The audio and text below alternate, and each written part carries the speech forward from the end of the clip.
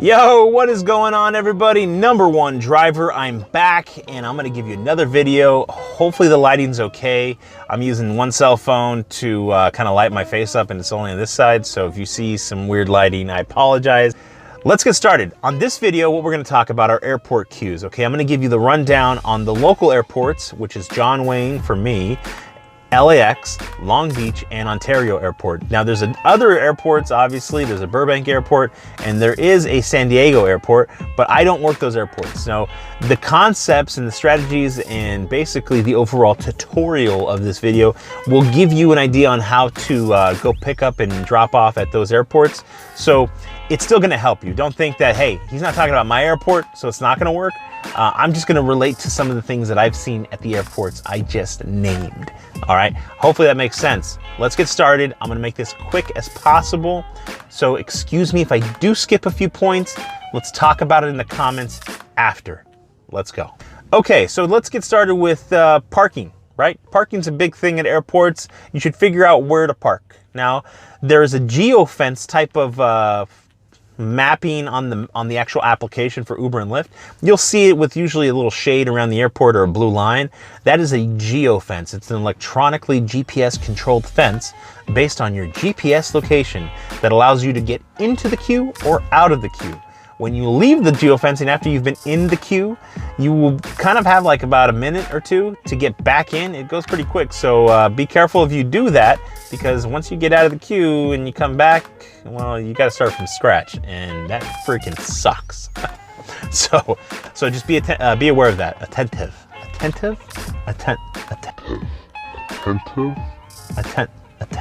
Yeah, just be aware. Once you figured out the parking for your airport, which I want to take a step back because I didn't really tell you. All right. Sorry. Sorry, I'm kind of figuring this out, but we'll get there. Let's talk about John Wayne Airport parking. John Wayne was always a kind of this mystery when I first started at John Wayne. It's super simple, but I want to kind of lay it out for you guys. There's 3 parking areas that I found, and you might find others, but the geofencing at John Wayne Airport, Santa Ana Airport, is quite big.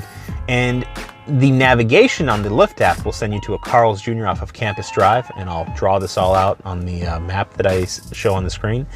That airport parking lot is not even really an airport parking lot. It's just in the Carl's Jr. area. So that one's convenient because you can go to the restroom and buy some dinner or food or whatever if you need to.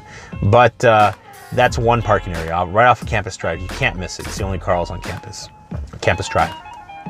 The next 2 areas that I normally find myself going to are directly across the airport, and I believe, what is the name of it? I forget the name of the street in making this video, so you're just gonna have to look at the map that I'm gonna show you right here.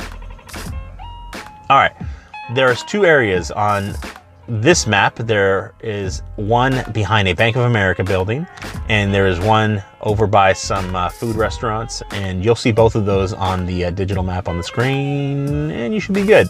So you can park in any of those lots. There's no security that tells you to leave.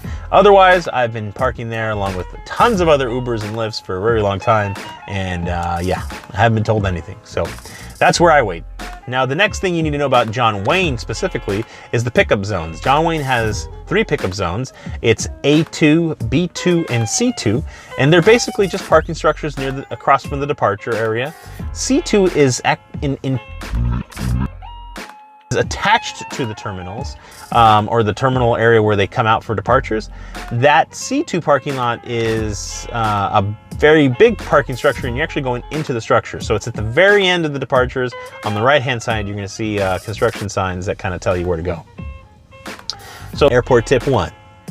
Okay, call your passengers. Confirm where they are and make sure that they understand the rules and the regulations, that you can't pick them up under the arrival area. All right, that's for the taxi, you know what's controlling the system. That's like the mafia, you know? It's for the taxis out here. We want them to control. That's, anyways, you get the point. So those are for the taxi people and some other shuttle services, but you pick up at departures. sounds silly. That's just how it works. All right, if your airport has different rules and regulations, well, guess what? You should look those up and determine it for each of the airports in your area. Now, John Wayne, departures. Ontario, departures. Long Beach, well, there's not really departures. It's kind of one pickup area. It's so small. LAX, departures. Okay, so that's my tip. Call the people, figure out where they are, make sure they know the rules, make sure they're going to the right parking lot, because it's going to take you longer to pick them up if you've got to explain this after the fact, and they're going to be pissed because well, you know what? They're just going to be pissed anyway, so just call them, you know. Hopefully you get somebody who's not a total a-hole. Yeah, I mean, that's all you can do, right? Just hope. It's part of the game, just hope. Hope. Anyways. All right, so let's go back and let's talk more about airport queues. Second part to airport queues, other than the first tip that I gave you on the parking, you need to do a drive-by to kind of understand all of the rules and regulations and to make it easier on you. And what do I mean by that? Well, if you know all the streets that are entrances to the airport area where you need to pick up and drop off, well, guess what? You're likely to get a 5-star because you're badass. While the other guy who's like, I think it's this exit that has the sign that says to the airport, because guess what? He's going to take longer. He missed the shortcut and you didn't. So figure the shortcuts out based on your city and airports and those highway entrances and exits. All right? Figure it out. That way you don't have to do it on the fly and look like a complete noob. All right? All right, let's go on. TNC placards, very important. LAX requires the damn thing, so guess what? You're gonna need it. Don't ask me why. It's a freaking huge story. It doesn't even matter. This is like when your parents say, you know, you gotta look both ways for crossing the street. Like, if you gotta ask why, then yeah, you're probably just, you know, you're just gonna get hit by the car. Actually, you know what? This TNC placard's not at all. Yeah, it's not at all like that. Anyways, the placard's required, okay? At LAX, it's required. Ontario, it's not. Santa Ana, it's not. In Long Beach, they couldn't give a freaking damn. So, LAX, if you're gonna do any drop-offs, okay, you don't need the placard, but you're gonna wanna turn your app off, because if you get a freaking random pickup, you're gonna be dinged, or you possibly could be fined because you're picking up somebody at the LAX airport without the TNC certificate.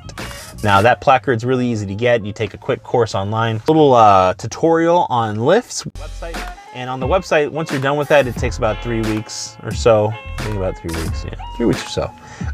After you get it, just put it in your window and you're good to go to do pickups at the airport for LAX. Now, again, that's LAX. The airport could be different based on your location. So if I have to keep telling you that, it's based on your location, based on your location, based on your location. Things can be different. Based on your location, things can be different. So please remember that based on your location, it's going to be different. I really don't want to keep telling you based on your location, but it's always based on your location. Your location.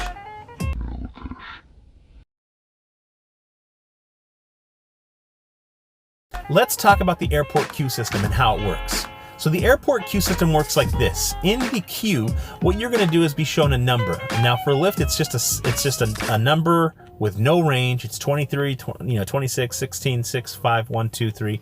It's just one number. It tells you where you are in the queue. And for Uber, it's going to give you a range. Uber says, hey, I'm going to tell you if you're 1 through 5 in queue. And the reason is because if somebody cancels or gets canceled on, then it will adjust the queue to allow that person to come back in as number 1 or number 2, wherever their spot is in line.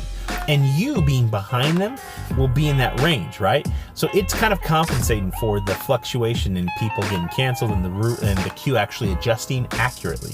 Lyft, not so much. They probably do that in the back end, so they won't populate the queue unless you're actually have been waiting. Let's say the threshold's a minute, and then after a minute they're like, okay, cool. Now number 1 is really gone. He's not coming back. He's on a ride. So now we can say, hey, let's make Juan number 1 in the queue, because guess what? We need to update it. So they're a little bit different with how they show you that you're in queue, and they don't really tell you the waiting time. That's the way the queue system works as far as like looking at it, and if you're trying to figure out why are they different, well, that's why. There's a little bit of a buffer in case people cancel, and then the queues may adjust accordingly. Now, the other thing that's important with the queue system is to know if the passenger cancels on you, then you get dropped right back into the front of the queue. If you take a ride and cancel on the passenger, you go to the back of the queue, okay? And the other thing that I did a lot, and you might do, this is kind of a tip, is if you accidentally exit the queue with the X button and come back in, or if you close the app, you're gonna be stuck in the queue. It's not gonna kick you out of the queue. Just be aware of it, okay? So if you hit the X button, I think it'll actually kick you out. It'll tell you, it'll give you a warning saying, hey, you're exiting the queue. Do you really want to do this? Well, obviously, if you do, then you leave the queue. If you don't, then stay in the queue. I mean, don't be silly. But if you exit the app or close the app, it's actually kind of still running in the background for Android. Oh, hold on. Now we're in the dark. All right, we're back. For Android, it runs in the background. iPhone, well, you probably have to figure out somebody with an iPhone and they'll tell you. But for the most part, for Android, the apps run in the background, so you're in the queue regardless.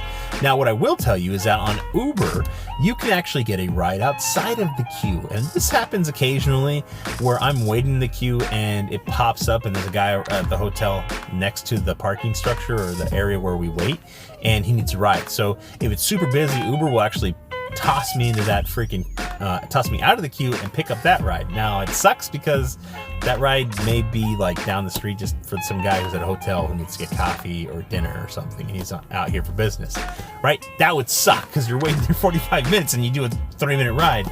Well, here's the thing. There's still a chance that if you're in the queue for 45 minutes that you're still going to get a 3-minute ride. So, in my opinion, I'm okay with taking those rides out of the queue. That's just me. Now, you may not be cool with that, but that's up to you.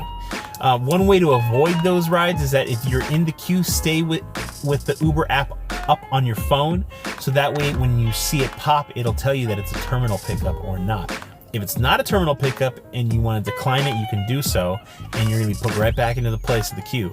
Now, if you take that ride, cancel because you find out that it's just across the street at a hotel and the guy's not going far, or you call people and you say, hey, are you driving there? Which you should never do, but a lot of people do that because if they're surging, they're like, well, I don't want to take you a mile away, 5 minutes away if I can do a surge that's 20 miles away for a pickup. So yeah, they'll cancel, and yeah, it's common. Don't do that. Don't be a dick. All right. Moving on. All right, so that's the queue system. That's how it works. That's how it works if you get kicked out. If you take a ride, you cancel a ride. That's the gist. If you got questions about the queue system, more technical questions, let me know and I'll answer those accordingly. All right. All right. So you've looked up all the regulations. You know where the parking is. You know the shortcuts to get people in and out of the airport. What's next? Yeah, I mean, really, that's kind of it. Yeah, there's not much else to it. But this takes us to the next tip. So here's the next tip. Get out of the car, stop being lazy, and help people with their luggage. You want 5 stars, give 5-star service, okay? That, and you don't want people dinging up your car because they do it and they don't care because to them, it's not their car. They don't care if they ding it up. They don't care if they damage it. They just want to get that luggage in and get the hell out. So get the luggage, get out of the car, get the luggage, and makes you look like a freaking Belvedere of the Uber world, and people will love you. They're gonna be like, I've never had such amazing service. 5 stars, and you know what? You might get $1. You might get $1 because I don't give $2. I'm just kidding. Sometimes you get a couple bucks, but just do it for the fact that it's better service, and you get in and out of the airport, and there's no freaking huffing and puffing and fuss about it. Also, if you have like a little cleaning kit in your trunk like I do, which I'll show you in another video, it's easier for you to kind of play Tetris and make sure the luggage fits properly. People at the times where someone kind of jumps the gun and they get into the trunk before I get out of my car, they always say, oh, how's it gonna fit back here? And I gotta explain it, like, look, I'm gonna put it in for you because anyways, it's huge. It's just something I've dealt with. But that comes to the tip about putting that luggage in the car. It's easier if you do it. So just make sure you get out of your car, pop the trunk when you get to the back of the car, and then play Tetris for a little bit with some luggage, some suitcases. All right. Cool. That's about it. All